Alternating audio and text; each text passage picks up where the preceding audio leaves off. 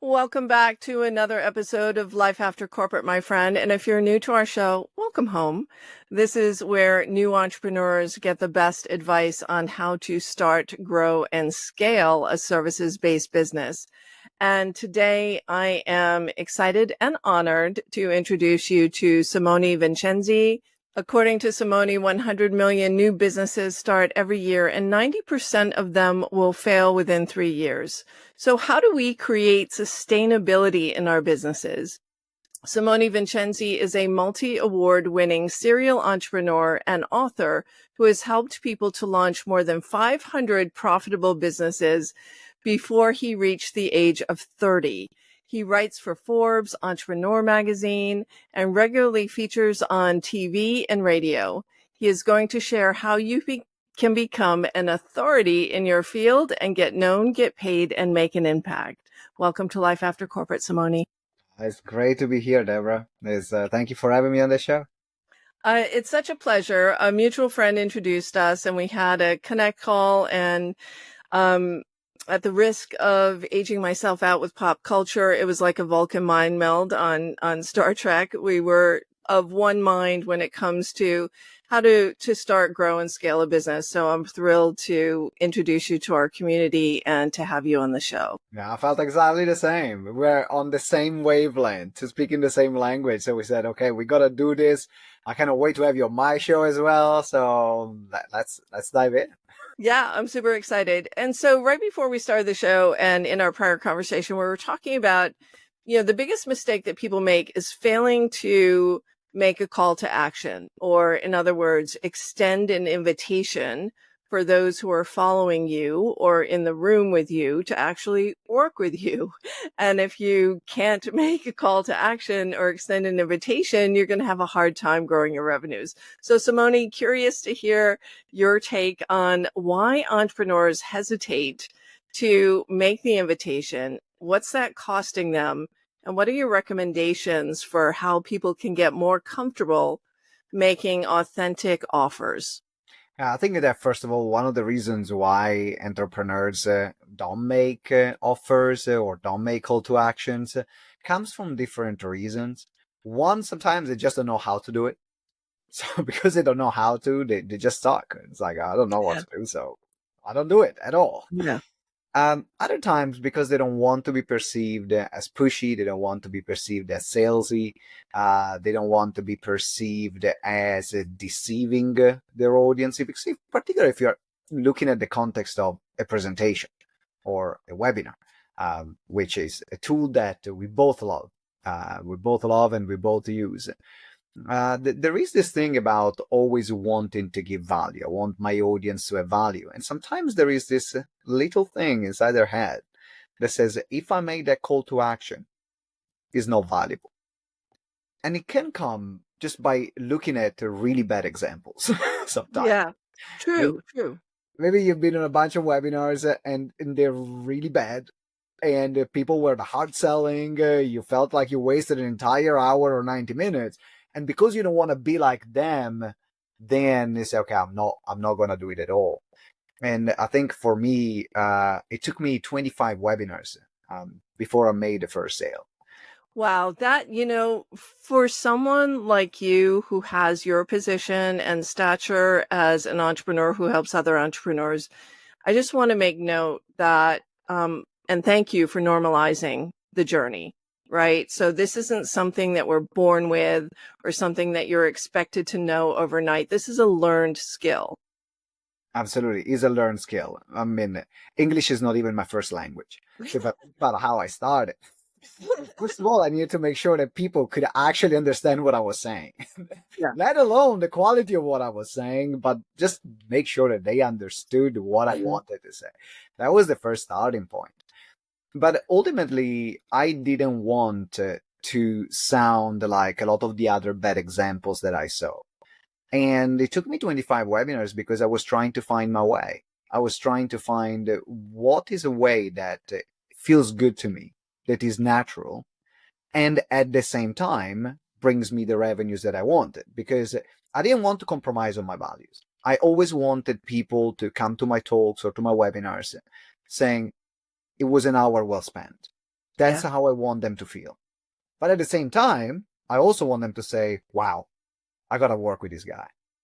And that has been my journey. And 25 webinars to try to figure things out. And that's where we found a good framework that's what we help our clients with, to find their best call to action, which is more aligned to their natural communication style. Yeah. And before we dive into the calls to action and aligning to your communication style, what are some of the most common mistakes that you see people make when they're making offers in webinars? I know I have my favorite, but I'm curious what you see. The first one is that they think about the offer just as a part of the call to action. Well, actually, your entire webinar is your call to action ultimately, because you build to the moment that someone is ready to pay you. That starts from the very beginning. That starts from actually the invitation and choosing the topic of the webinar. So I think that some people, they just see this is the moment of the offer, instead of seeing the entire process is guiding the person to making the buying decision. So that's the first one. And, I just want to pause there because that's where naivete can come in and really uh, diminish your results, because people think, oh, I know what I'm talking about. I know what I'm talking about. I know how to put together a workshop. I know how to put together a talk. But what Simone is talking about is the subtext, is what you haven't been trained in, is that, the sales starts the minute you start opening your mouth to train people. So thank you for sharing that. I just wanted to highlight that there's a system and a process and a framework for delivering a webinar that sells. Absolutely. That was one of the biggest things that I had to learn as Yeah. well, because I loved delivering training. And I started my first business working in school as a trainer for young people.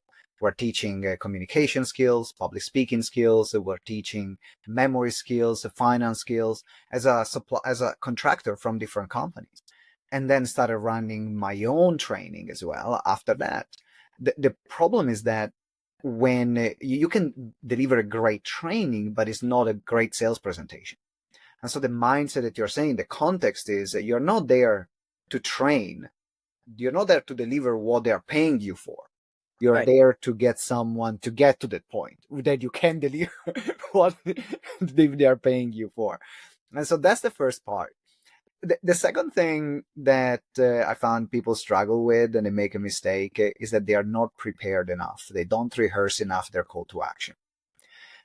There is some people feel comfortable often in the middle of the presentation, because that's the type of content that they are used to talk to their clients about, that they deliver over and over and over again. So they're comfortable, they are confident.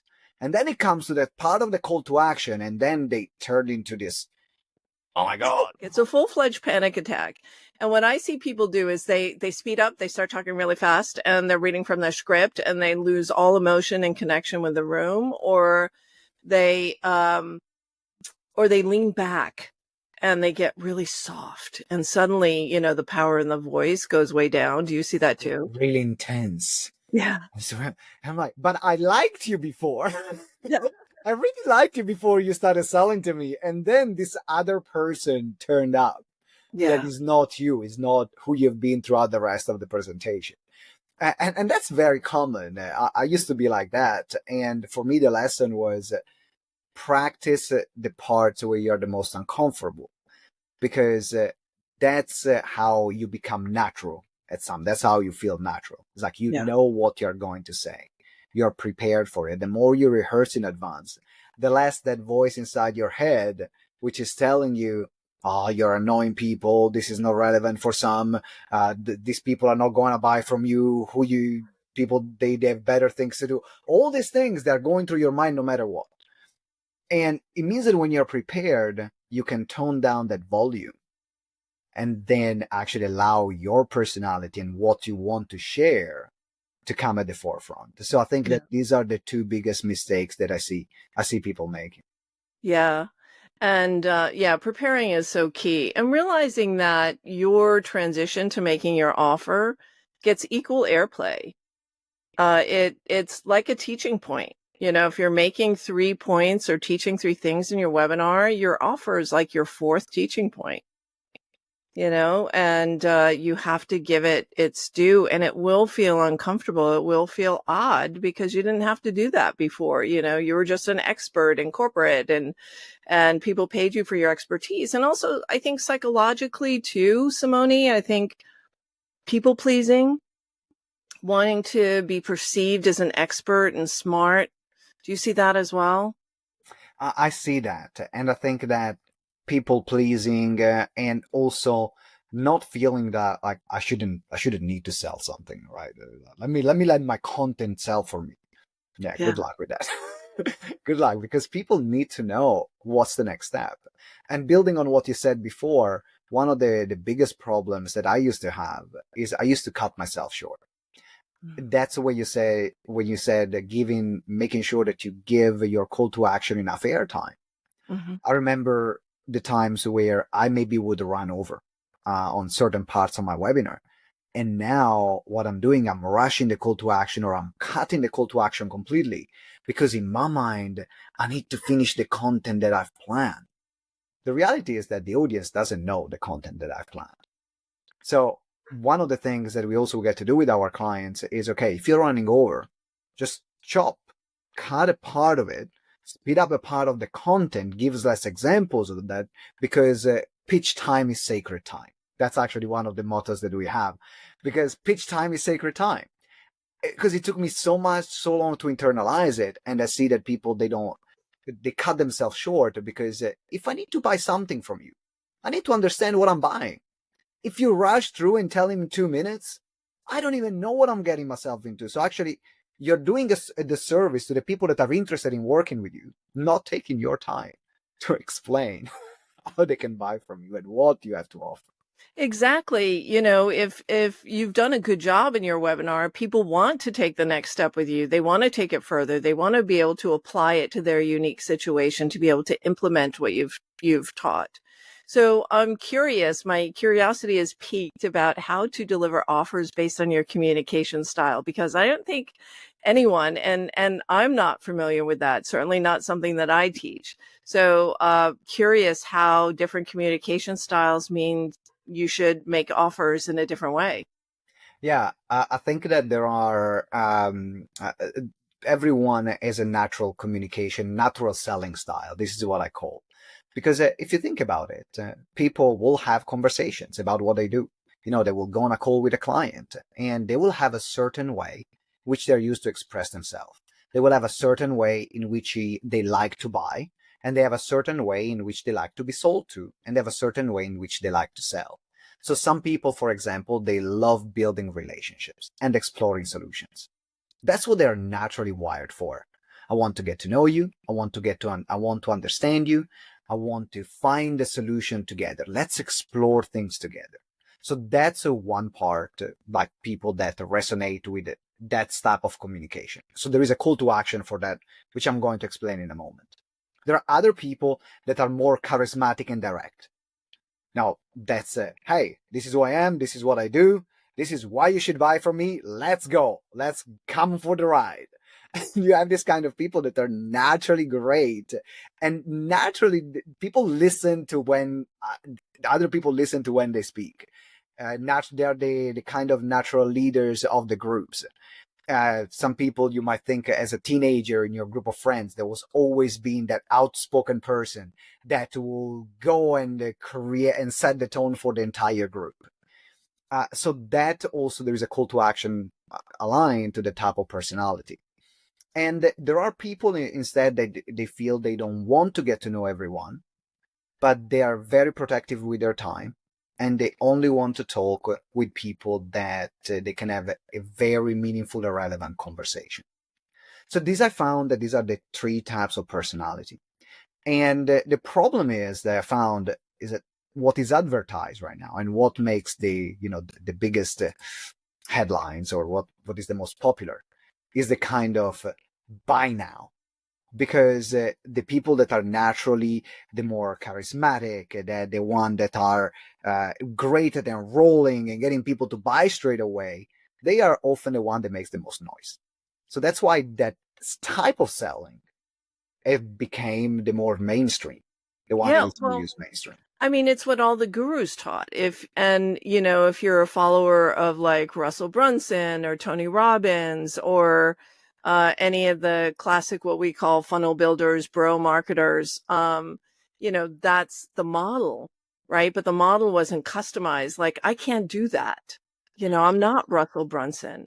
And what I love about your categories is I categorize them into the relator, the charismatic leader, and then the guru. I don't know. Do you have labels for them? I don't actually, but I should. Yeah, the That's a good. relator, the charismatic leader, and then the guru, who's so protective of their time. And it makes complete sense to me. I think I would put myself in the category of the relator and building relationships and, creating the container and making people feel safe and comfortable, so that they can make a choice. Yeah. But that's fascinating. Yeah, exactly, and that's for me why I went down this wormhole to really trying to understand, because I found that actually naturally I'm good at enrolling people straight away. I can do that, buy now close. I can do that, but a lot of people can't because it just doesn't align with that. So even when I started teaching that style, the majority of people were not able to approach it because the style that is based on a specific personality that created that style.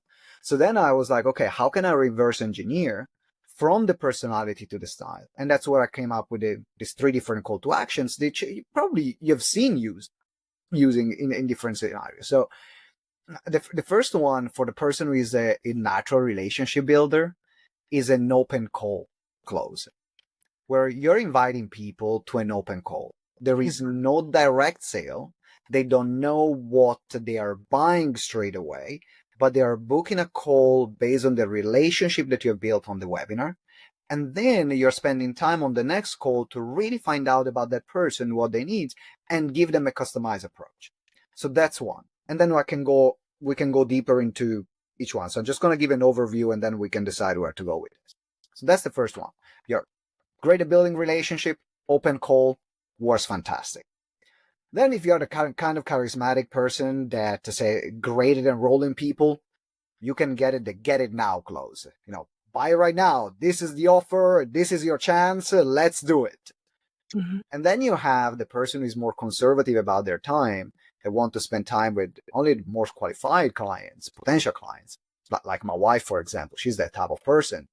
Then an application close works really well, where people know what they're buying. They cannot buy it on the webinar, but they're booking a call knowing already the offer and the price. So this gives you a chance to talk to them. This gives a chance to the person on the webinar not to make that impulsive buying decision, but at the same time, you only talk to people that you know they can afford what you're selling because they already know the price and the payment plan and what the offer is. So it's way more specific compared to an open call where you're exploring solutions. So these are the three different call to actions. Yeah, I love that. Is there a progression through those, or is it unique to personality type? Like, do you first have to practice making the offer to the discovery call before you start making an offer direct to buy? And is there a limit on what you can do direct to buy? Like, if it's a high ticket offer, is it still appropriate to offer in a direct to buy webinar? Yeah, absolutely. Great questions. I'm curious, do you sell as a direct to buy, making direct offers on your webinars?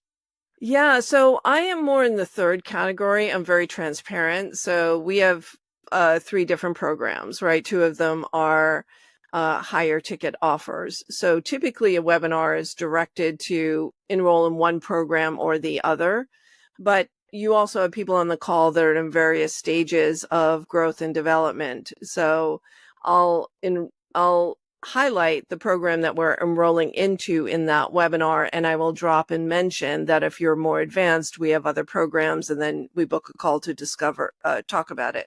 But we are transparent on price, so people know what they're getting into, and if that's something that's unattainable for them, we have payment plans too. So I think there's the other side of that, which is making it easy for people to buy. Yeah. But yes, we are very transparent. Like all of our prices are on our website right now. Yeah, the reason why I asked is also because when you're selling and when you're made to make a good, compelling call to action, remember you have someone that maybe have never seen you before in 1 hour to say, here is my money. Right. It's a skill. Yeah. It's a skill. I think is one of the most important skills that people can invest in particular in business, because I think for me, the ability to learn how to sell one to many, doesn't matter what call to action you use, is that your ticket to financial freedom, really, because you can apply it to anything. Like I'll apply it to many different businesses, scenarios. So it's one of the most difficult skills to get because it takes time and practice, but at the same time is one of the most important and rewarding on a financial level. And what I find is that people try to make their life very difficult and more complex from the beginning. Yeah. Selling a specific program, whether it's with an application call or with a get it now offer, is a skill. Like you Yeah. need to remember and know what to say. You need to have your energy in a certain way because Yeah. people will match your energy. You need to be able to manage your mindset and the internal chatter. So there are all these things that are happening that you're managing, which happens with practice. And the beginning, as you said, you can build by giving an open call. Say, hey, I really don't know which program the ones that I have is the best one for you. But this is one option, this is another option, this is another option. Let's have a call and find out which one is going to be the best next step for you. Because I don't know it right now. So let's explore it together. Here is the link. Book a call right now. That's the simplest thing that someone can say, right? And my recommendation is for people that are starting out, start with an open call. Mm-hmm. Get comfortable selling. Get comfortable for actually doing webinars where you make a call to action even to book a call and no one books it. Be comfortable with that. Be okay with that because it's the reality. It can happen. Yeah. It happens to everyone. And then you can build on the other skills and then you can test and practice. So let me see how it feels doing the get it now. Let me see how it feels doing the application close. And then you, after you test, then you find one that says, oh, this is my way. This is how I like to do things. Yeah. And also people forget that the webinar is just the first step in the conversation, right? That one of the mistakes I see people make is they don't do any follow-up afterwards, or they have their email sequence doing the follow-up for them without that personal touch. Sometimes people need to be invited twice. Do you find that? Or Absolutely. Yeah. I'm a big fan of having one webinar, one great webinar. Yeah. So we'll have the same webinar and every month I run it consistently. And at the beginning, it might be a bit disheartening because if you have a small audience, after your time, you're running 4 or 5 times. They don't have many people unless you really worked on audience building. Right. But what you're doing, you're really refining your conversion process. You're becoming so good at that presentation that just seeing by the number of attendees, almost how much money you're making after that. That's why it's great to have one presentation that you keep delivering over and over again.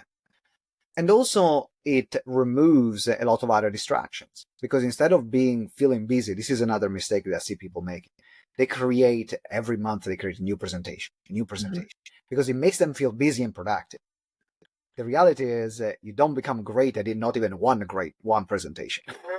So you have a lot of average presentation instead of having one great one that converts every single time.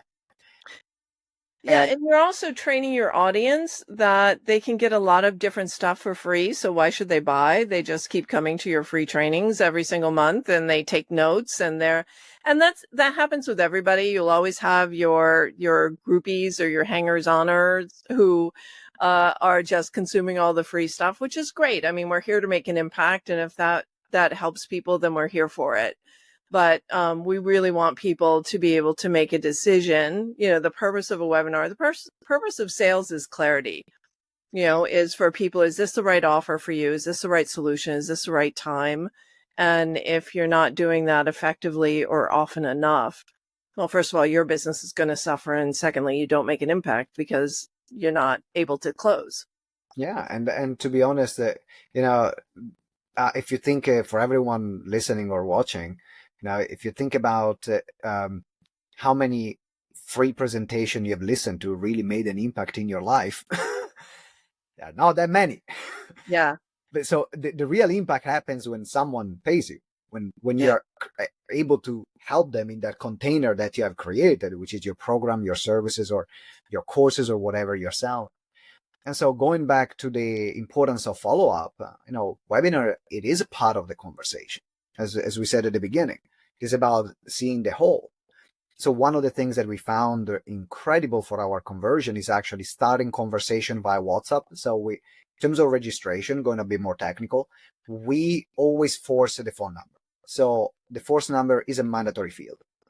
Because the filter, for me, I will get just slightly less registration, not too much less actually. So it might be like a 3% to 4% less registration on the registration page. However, 85% of phone numbers are the right phone numbers. So now it gives me another chance to have a conversation before they attend the webinar. Now, if I have a conversation before, they're more likely to attend, and then they're more likely to respond after, right? Instead of ghosting me. That's the other part. Yeah. And truthfully, I prefer, to enter my phone number because the email box gets full. If it's something I want to attend, I want to make sure I get there. So it's really a service to collect phone numbers on your registration page to make sure people show up. Because that's the whole thing. Signing up is one thing, showing up is another, staying for the full webinar, taking action, booking a call. Those are like all the things we measure, right?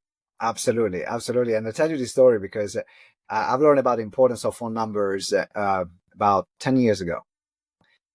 We were running in-person events before going to the webinar space. So at the peak of my company, we were running 200 events a year. So we did 1,000 events in 5 years. They were live workshops where we would sell our courses, we will sell our training from there. So we were doing volume of events. Now we're doing volume of webinars. It's a different thing.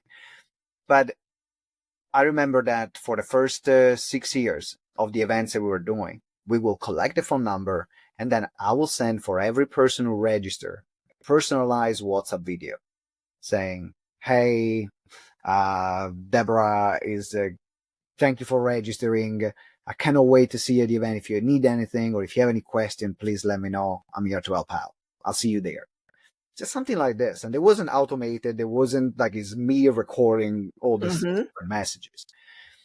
And I remember a client that eventually signed up for like a £20,000 package that we have and became one of the pillars of our community. Then when I asked him, why did you join? Why did you sign up? He said, because I received that video. Wow.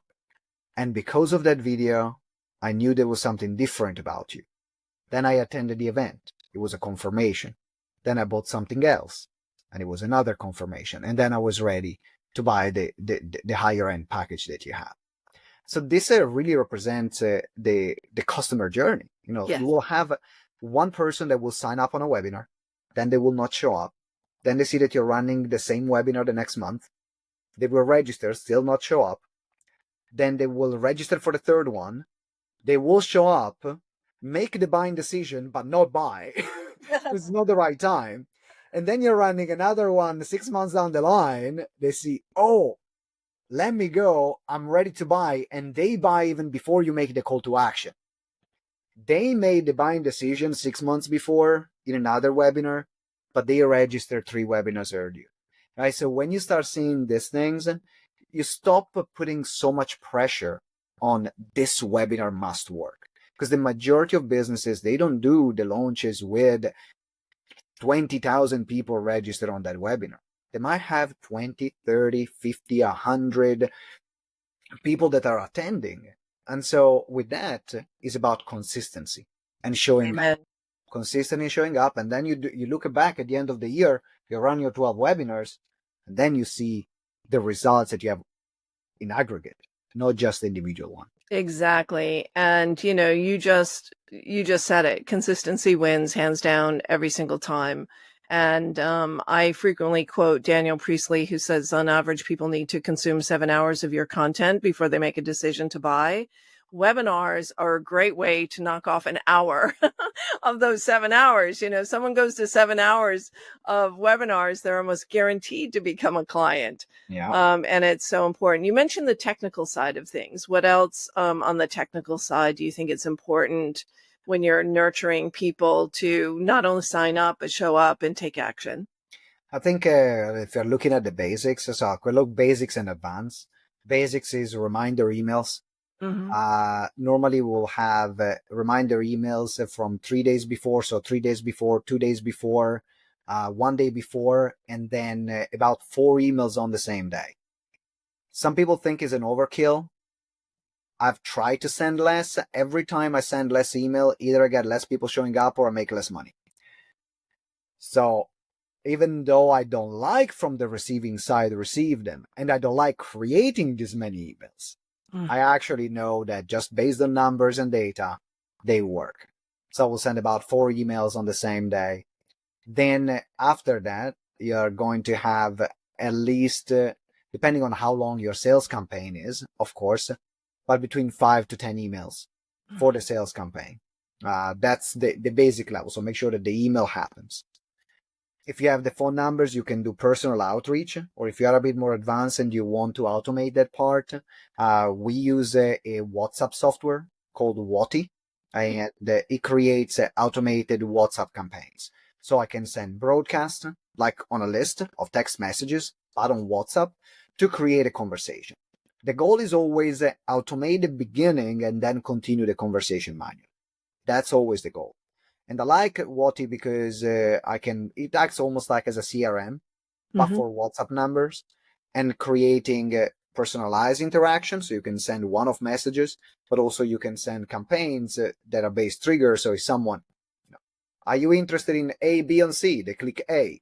Then there is another response that pops up. So that's something that we use Wow, quite a lot. that's really good to know. That's sophisticated text messaging marketing. So I love that. And most CRM systems don't have that capability anyway. So you'd have to, do Exactly. something unique That's like. why we use the other one. And also the other reason why we use WhatsApp compared to text messages is because text messages, if you're dealing with people in multiple countries and different locations, most of the time one inbox cannot send messages to different countries. They're only limited to the country of the number that you buy when you buy a business number. While with WhatsApp, it doesn't matter where they are. The entire world has WhatsApp. Yeah, So now we'll remove that problem of having different inboxes because we have clients in the US, we have clients in Australia, we have clients in different countries in Europe. So that's a different phone number for that, for each yeah. European country. We have clients in the UK. So that already solved that problem. And that's also why I'm a big fan of WhatsApp messaging. But it's a layer that you add after you have a good webinar. I know some people that are listening is like, oh, I need to have a WhatsApp message. No, get a good webinar first. Then you can layer things up. Exactly. I think, as we wrap up this conversation, that it's practice. It's not natural. You need a framework, you need a system, you need a process, you need technology, you need to be in it for the long game. Just mentioning the email sequences, you may be writing 23 emails for one webinar campaign. And I I don't know how you feel, Simone, but I feel like the bar has been raised, that it's no longer adequate to have a good webinar. You need to have a great webinar, and you need to be great at the details in making your invitations compelling, your reminders compelling. It's no longer enough to say, hey, you signed up for this, show up at this date and this time. We have to remind people why they signed up to join us. And so dialing in that process is super tight. So how do you help people do that? I'm a big fan of simplifying things. Mm-hmm. And that's also why our clients work with us, because one of my biggest skills is making the complex simple and then layer it. So yes, the ideal is to have this incredible webinar, but where do we start? So one of the things that we have done, we looked at, okay, let's create a test presentation. Don't even write the emails. Because what happened is that some people, they sit on this, I want to do this webinar thing for 5 months, 6 months, a year, 2 years, and they don't do it because the entire process is too overwhelming, too many moving parts. Like, don't even worry about the email sequence. Just do the presentation, test it out. Now you have done, it's already a chunk of work. Now let's add the email sequence on it. Then let's add the text messages. Let's keep running it over and over again. Let's layer then after partnerships where you can partner up and getting other people to promote your webinars. So these are the different, this is how we work with our clients. We layer things depending on what their starting point is. And then the other part is, of course, leveraging AI, using, our good friend ChatGPT or Claude or whatever AI system you use. We have adapted all the trainings that we do and all our teachings with AI tools. So now when you need to write these 23 different emails, now it takes you 45 minutes instead of taking a week like it would take before. I know in the old days, we did everything by hand. Yeah, it's true. Now it takes an hour. It used to take, 2 days, 3 days to write that much content. And truthfully, it wasn't as good. If you've really done a great job of training your AI bot, your GPT, then you're going to get better content than you would if you just wrote it yourself. There's so many variables involved, like the mood you're in, how fresh your mind is, and all the things. Exactly. And so for me, talking about making things simpler for people, we have developed ChatGPT tools that match our webinar system. So someone fills a worksheet and then ChatGPT creates the entire flow of the webinar, creates the emails, the reminder email. So I'm thinking about everything that someone would do manually. How can they do it with AI? There is a caveat to that, though.